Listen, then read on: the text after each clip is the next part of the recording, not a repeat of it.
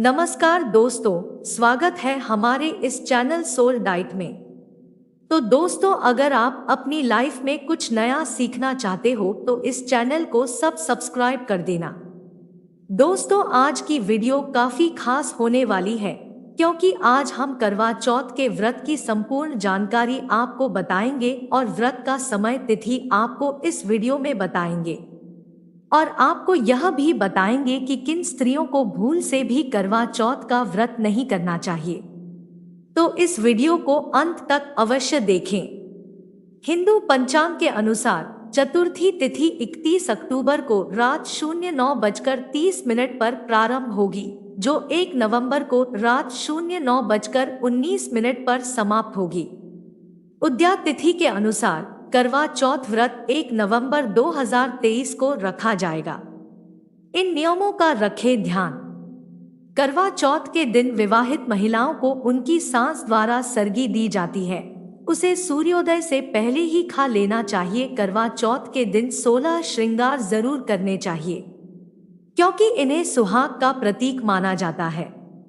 करवा चौथ के दिन काले या सफेद रंग के कपड़े पहनने से बचना चाहिए।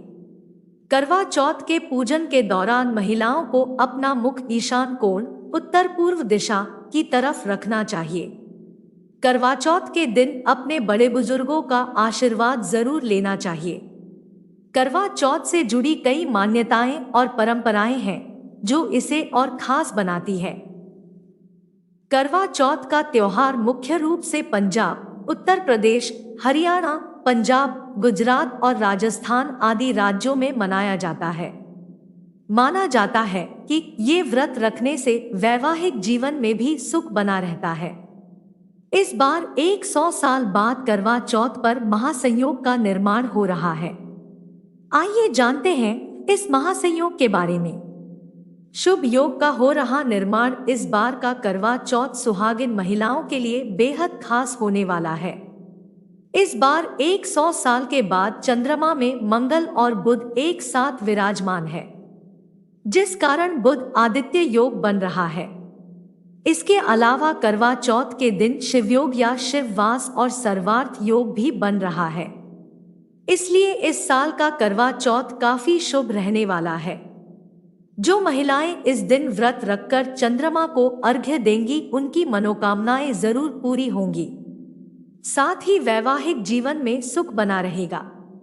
मान्यता है कि करवा चौथ के दिन मां गौरी और भगवान शिव के साथ गणेश भगवान का भी आशीर्वाद प्राप्त होता है। दोस्तों, हर साल कार्तिक माह के कृष्ण पक्ष की चतुर्थी तिथि को करवा चौथ मनाया जाता है। करवा चौथ का दिन किसी त्योहार से कम नहीं है। सुहागिन महिलाएं करवा चौथ साल भर इंतजार करती है। करवा चौथ के दिन महिलाएं पति की लंबी आयु के लिए करवा चौथ का निर्जला व्रत रखती हैं और चंद्र देव के दर्शन के पश्चात ही व्रत खोलती है। चलिए साल 2023 करवा चौथ की तिथि, शुभ मुहूर्त और चंद्रोदय का समय जानते हैं। इस साल कार्तिक पक्ष तिथि की शुरुआत 31 अक्टूबर को रात 9:30 पर होगी और 1 नवंबर को रात 9:19 पर समाप्त होगी। इसलिए पंचांग के अनुसार 1 नवंबर को करवा चौथ मनाया जाएगा। पूजा का शुभ समय। करवा पूजन का शुभ समय 1 नवंबर को शाम 5:45 से रात 7:02 तक रहेगा। वहीं चंद्रोदय का समय रात को लगभग 8:26 पर रहेगा। करवा चौथ का बहुत ही अधिक महत्व होता है। करवा चौथ के दिन विवाहित महिलाएं सुहाग की लंबी आयु की कामना करती हैं। व्रत की शुरुआत सास के द्वारा दी गई सर्गी खाकर करती है। इस दिन महिलाएं 16 श्रृंगार करती हैं। इस शुभ दिन पर करवा चौथ की पूजा के दौरान व्रत कथा अवश्य सुननी चाहिए। आप एक बार कमेंट बॉक्स में अवश्य लिख देना कि आपको करवा चौथ व्रत चाहिए। उसकी वीडियो भी हम डाल देंगे।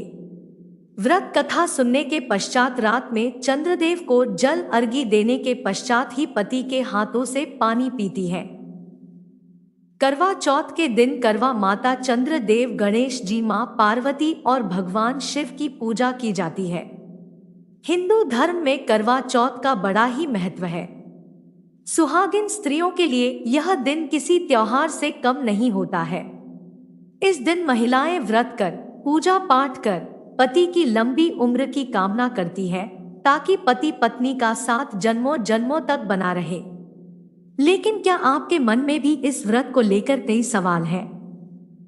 जैसे कि सबसे पहले किसने इस व्रत को किया था? करवा चौथ का महत्व। मान्यता अनुसार करवा चौथ का व्रत यदि महिला पूरे विधि विधान से रखती है तो उसके पति की उम्र लंबी होती है और अखंड सौभाग्य का वरदान मिलता है। साथ ही सुखी दाम्पत्य का आशीर्वाद मिलता है। इस दिन महिलाओं को 16 श्रृंगार कर व्रत करना चाहिए और करवा चौथ व्रत कथा सुननी चाहिए। करवा चौथ व्रत की शुरुआत सास द्वारा दी गई सरगी लेकर और उनका आशीर्वाद लेकर ही करनी चाहिए, जिससे दाम्पत्य जीवन और घर में स्नेह और प्रेम बना रहे।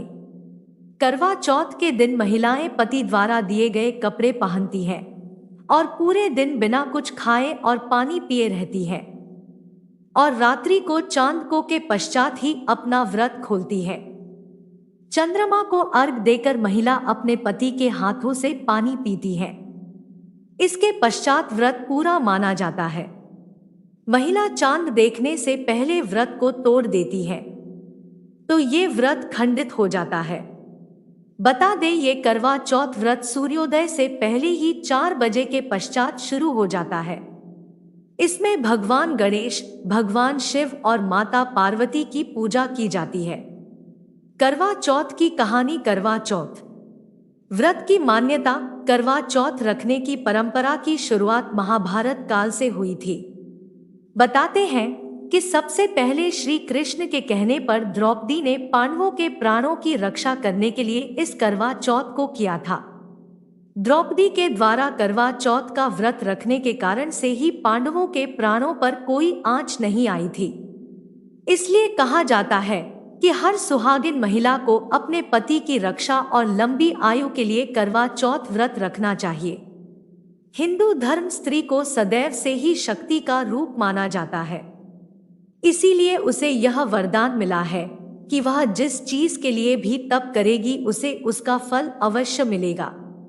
हमारी पौराणिक कथाओं में सावित्री अपने पति को यमराज से वापस ले आती है, यानी स्त्री के पातिव्रता धर्म में इतनी शक्ति होती है कि वह यदि चाहे तो कुछ भी हासिल कर सकती है। इसीलिए महिलाएं करवा चौथ के व्रत के रूप में अपने पति की लंबी उम्र के लिए एक तरह से तप करती हैं। तप का मतलब होता है किसी चीज को त्यागना और किसी एक दिशा में आगे बढ़ना। पहले के जमाने में ऋषि मुनि इसीलिए तप करते थे और सिद्धि प्राप्त करते थे। करवा चौथ में महिलाएं अपने पति की लंबी उम्र के लिए व्रत का पालन करती है। दोस्तों, चौथ का चांद सदैव देर से निकलता है, इसीलिए यह एक तरह से महिलाओं की परीक्षा होती है कि वो अपने पति के लिए कितना त्याग कर सकती है। कई बार तो देर रात तक चांद नहीं दिखता। नहीं, मौसम ऐसा होता है कि कई बार बादल घिर जाते हैं और नजर ही नहीं आता। ऐसे में महिलाएं देर रात या अगले दिन तक अपना व्रत नहीं तोड़ती हैं। शास्त्रों के अनुसार करवा चौथ का व्रत सुहागिन महिलाएं अपने पति के लिए रखती है, किंतु शास्त्रों में 3 ऐसी स्त्रियों के बारे में बताया गया है जिन्हें करवा चौथ का व्रत भूल से भी नहीं रखना चाहिए, अन्यथा इसके बहुत अशुभ परिणाम उन्हें प्राप्त हो सकते हैं। तो जान लेते हैं करवा चौथ का व्रत कैसे करना चाहिए और कौन से महत्वपूर्ण नियमों का पालन करना चाहिए। सबसे पहली बात, सुबह सूरज उगने से पहले सास अपनी बहू को सरगी देती है, जिसमें बहू के लिए कपड़े, उसके सुहाग की चीजें आदि सामग्री होती है। सास द्वारा दी हुई सरगी से बहू अपने व्रत की शुरुआत करती है। यदि सास साथ में नहीं है तो वह बहू को पैसे भिजवा सकती है ताकि वह अपने लिए सारा सामान खरीद सके। दूसरी बात, सुबह सूरज निकलने से पहले सास की दी हुई सरगी बनाकर पहले अपने पिता का हिस्सा, गाय तथा कुत्ते का और कौए का हिस्सा अलग रख ले, फिर अपने पति और परिवार के लोगों के लिए भी अलग निकाल दे। उसके पश्चात सास के दिए हुए फ्रूट नारियल खाकर ही व्रत की शुरुआत करें।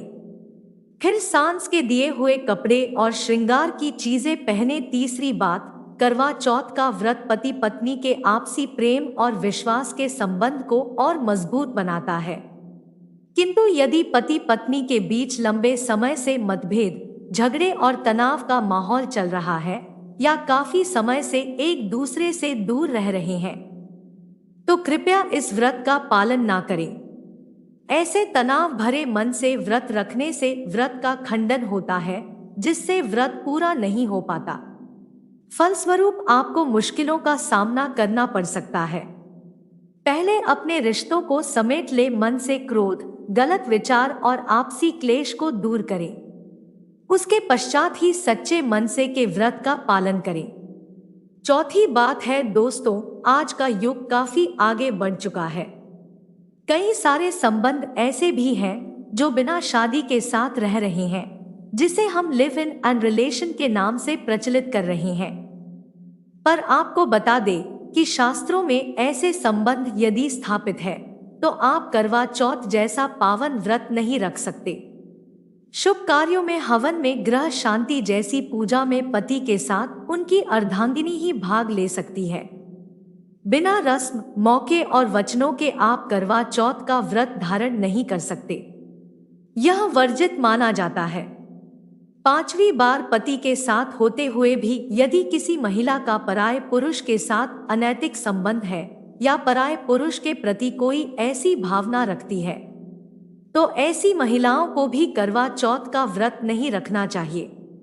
इससे आपके जीवन और रिश्तों पर ग्रहण लग सकता है। करवा चौथ के प्रति समर्पण की भावना को दर्शाता है। आपके पति की छवि को चंद्रमा में देखने का अर्थ यही होता है कि पति की मूरत पत्नी के मन में बसती है, किंतु किसी महिला के मन में यदि पराये व्यक्ति के प्रति कोई ऐसी भावनाएं उत्पन्न हो रही है, तो कृपया इस व्रत का पालन ना करें, अन्यथा महापार्वती अत्यंत रुष्ट हो जाती है। छठी बात, गर्भवती महिलाओं के लिए शास्त्रों में नहीं लिखा है कि वे व्रत नहीं कर सकती, किंतु उनके स्वास्थ्य के लिए यह उपयुक्त नहीं माना जाता। व्रत रखकर उसका खंडन करने से अच्छा है कि आप व्रत का संकल्प ही ना करें। व्रत का खंडन करना बहुत ही अशुभ संकेत देता है। सातवें, जिन कन्याओं का विवाह नहीं हुआ है, अर्थात कुमारी कन्याएं इस व्रत का पालन कर सकती है। यदि उसने अभी तक किसी पुरुष से संबंध स्थापित नहीं किया है। शास्त्रों के अनुसार पति पत्नी केवल विवाह के पश्चात ही संबंध स्थापित कर सकते हैं। विवाह से पूर्व किसी भी पुरुष से संबंध बनाना पाप माना गया है। करवा चौथ के व्रत की कथा। करवा चौथ की कहानी है कि देवी करवा अपने पति के साथ तुंगभद्रा नदी के पास रहती थी। एक दिन करवा के पति नदी में स्नान करने गए तो एक मगरमच्छ ने उनका पैर पकड़ लिया और नदी में खींचने लगा। मृत्यु करीब देखकर करवा के पति करवा को पुकारने लगे। करवा दौड़कर नदी के पास पहुंची और पति को मृत्यु के मुंह में ले जाते मगर को देखा। करवा ने तुरंत एक कच्चा धागा लेकर मगरमच्छ को एक पेड़ से बांध दिया। करवा के सतीत्व के कारण मगरमच्छा कच्चे धागे में ऐसा बंधा कि टस से मस नहीं हो पा रहा था। करवा के पति और मगरमच्छ दोनों के प्राण संकट में फंसे थे। करवा ने यमराज को पुकारा और अपने पति को जीवनदान देने और मगरमच्छ को मृत्युदंड देने के लिए कहा। यमराज ने कहा, मैं ऐसा नहीं कर सकता क्योंकि अभी मगरमच्छ की आयु शेष है और तुम्हारे पति की आयु पूरी हो चुकी है। क्रोधित होकर करवा ने यमराज से कहा, अगर आपने ऐसा नहीं किया तो मैं आपको शाप दे दूंगी। सती के शाप से भयभीत होकर यमराज ने तुरंत मगरमच्छ को यमलोक भेज दिया और करवा के पति को जीवनदान दिया।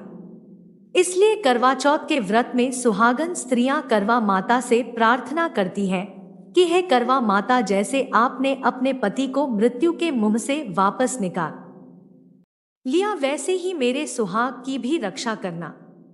करवा माता की तरह सावित्री ने भी कच्चे धागे से अपने पति को वट वृक्ष के नीचे लपेट कर रखा। कच्चे धागे में लिपटा प्रेम और विश्वास ऐसा था कि यमराज सावित्री के पति के प्राण अपने साथ लेकर नहीं जा सके।